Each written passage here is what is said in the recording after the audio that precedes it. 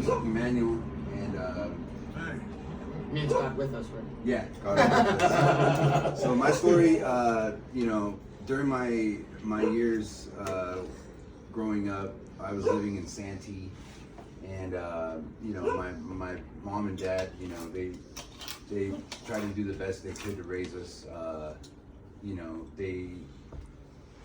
They had some flaws where they were on meth, and they were drinking. My mom wasn't. My dad was drinking, alcoholic, and so I kind of went through a whole situation of my mind saying that alcohol and drugs were okay. Like everything was okay. My dad went to work. My mom went to work. Thank God my mom has 11 years clean from meth. My dad, he got deported because of his situation. He sold meth to an undercover cop. He, they ended up deporting him back to Mexico. He re-entered the country illegally and then was here for 4 years. And then he ended up back in Mexico again, and he's banned from the country. He can never come back. No. So, so I kind of went through a whole situation where, I thought hard work, drugs and alcohol were the way to go, and just live life like a rock star, kind of, And with God, my dad had told me, as long as there's a God there, everything he's there. You don't have to follow, going to church, and going to things. Just know that there's a God there. Pray to the God, But if he wasn't really in the Bible, as I am like trying to do now. Yeah. So I ended up getting involved into fentanyl and meth.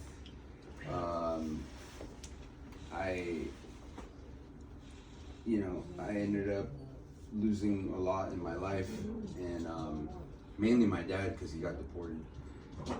And that really hurt me. I used to tell him, I feel like he's dead in my eyes. Like he's never allowed to be here with me. I'll never have him here beside me. If anything, it just kind of like put me in a situation where I was like struck, and so I was becoming suicidal, like where I wanted to like die. I didn't want to live. I ended up being on the streets for 9 years. I was just smoking meth, smoking fentanyl. Well, first I was injecting heroin and meth, and then when heroin went away, the fentanyl came out, and I was doing fentanyl. And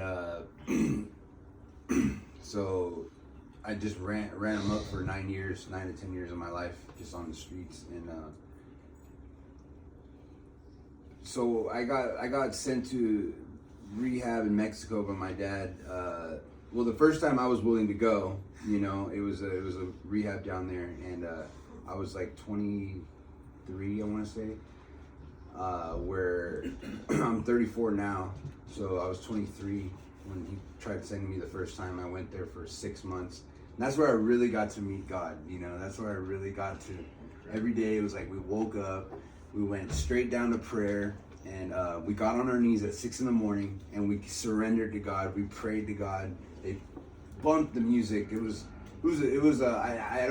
good with Spanish, but not really that good. But like as I started being there more, I started getting into the Hispanic Mexican alabanzas, like the worship music they have in Mexico. And it was just like boom, the power of God just came over me, And all the brothers there, they all like would like always tell me God is good, Dios es bueno, and like every morning they would always like pump me up and say like how God is good, and like they would explain to me everything, the way that God works and everything, and like so that's where I really met God, and that's where I really realized, whoa, like this is real, man. Like God does exist. So I got out, I was really stoked. I started doing what I had to do. And I got a job at the old, the downtown Front Street.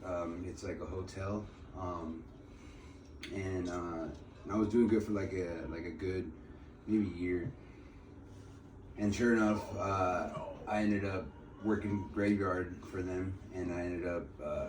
At this time I was living in Mexico, so I was crossing the border every day, and like my connects were right there where they sold drugs and stuff, and it was really cheap. And I was walking by there, and every time the enemy would try to attack, he would always try to attack. And sure enough, I gave in that one day, and I ended up going in there, and everyone's like in these rooms behind there. They're like all using needle in their arms, just all messed up, And here I come in and I'm like fresh, and I'm seeing them like going, dang, But sure enough, I'm using this stuff, and then I'm going to work and thinking that it's gonna give me energy to stay up all night for work because I have to work graveyard. It was all a lie. It was all a lie. It was all a lie. The enemy. And the next day, a couple days went by, and I thought for sure, everything's all right, no one knows. Well, when I got there, they had a taxi waiting for me outside, and they said, we got a taxi outside for you. You need to go. They're gonna go drug test you, this and that. So they drug test me, and I came back, and they let me force quit because I broke down to the manager and cried to her. Sure enough, I go to my uncle's house, and he was talking to me, and then he's like, well, we can take you back to the center. And I'm like, oh man, I don't know if I want to go back to the center. And so sure enough, he's like, well, just talk to your dad. We're going to take you over there tomorrow. Just talk to your dad. So in the morning, he got me a 40 and we drink. And then, because that's another big thing is that they all drink, it's the Mexican lifestyle. Like everyone drinks, So I ended up getting over there, and my dad had like cake for me, it was all set up. Next thing you know, I hear like 12 footsteps going up the stairs at my grandma's house. It's all the guys from the rehab. They're like, buddy, come with us. And I'm like, I was like, no, what am I going to do? Like, I looked at my dad and I go, no way. And he goes, son, you got to go. And I'm like, he was giving you your last celebration. Like, he was like, oh man, you're like, man, Dad's hooking me up. I was like, no way. And I started saying, bro, I'm a United States citizen, bro. Like, I want the embassy, like, you cannot do this. I'm American, Yeah. And I guess my dad signed paperwork in Mexico. They take you over there. So they swoop you up. Yeah, no. Will. There's no saying no, It's either I'm gonna go or they're taking me. So they took me.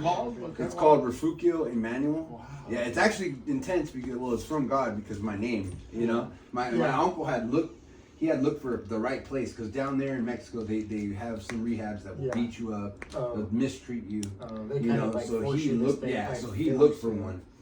Weird. So he found a good one, and this one was good because God was there, bro. God was there. The pastor was awesome. Yeah.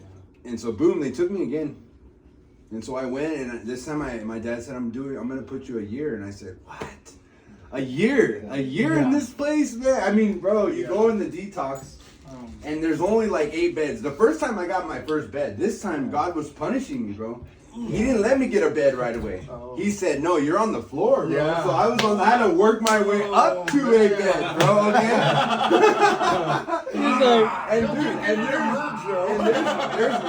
there's rats the size of like running around the place, I mean, they're jumping all over. And I remember I was like sleeping at night, and the blankets there, bro. You got a little buddy crawling up with you? Yeah, you're using the same blankets, you know what I mean?